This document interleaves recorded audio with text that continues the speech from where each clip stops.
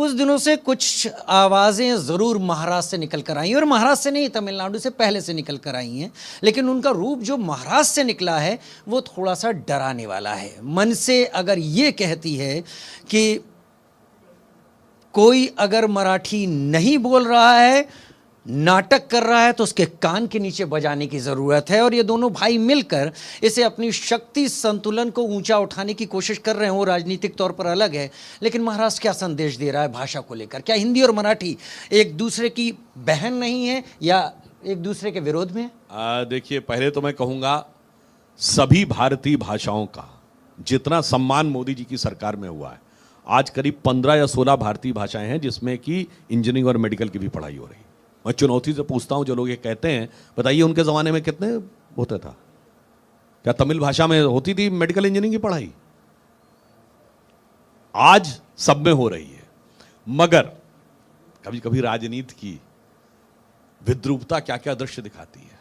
हिंदू हृदय सम्राट परम श्रद्धेय बाला साहब ठाकरे, जिन्होंने पूरे भारत में हिंदुत्व का एक ज्वार खड़ा किया, उनका परिवार आज हिंदुत्व की एकजुटता के नाम पर नहीं, हिंदी विरोध के नाम पर एकजुट हुआ।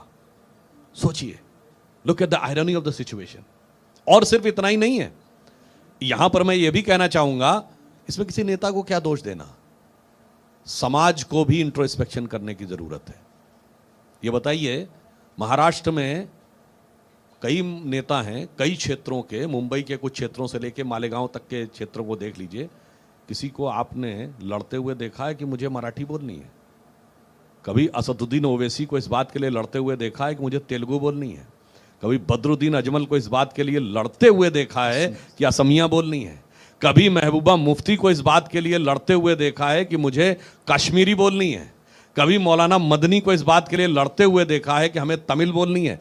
भाषा की सुंदर विविधता को विभाजकता बनाने का जो एक प्रयास है, उससे हर भारतीय को सावधान रहने की जरूरत है। इसलिए मैं कह रहा हूं, हर समाज से कुछ सीखने की जरूरत है, और जो नहीं सीखता वो अपनी अस्मिता समाप्त कर देता है।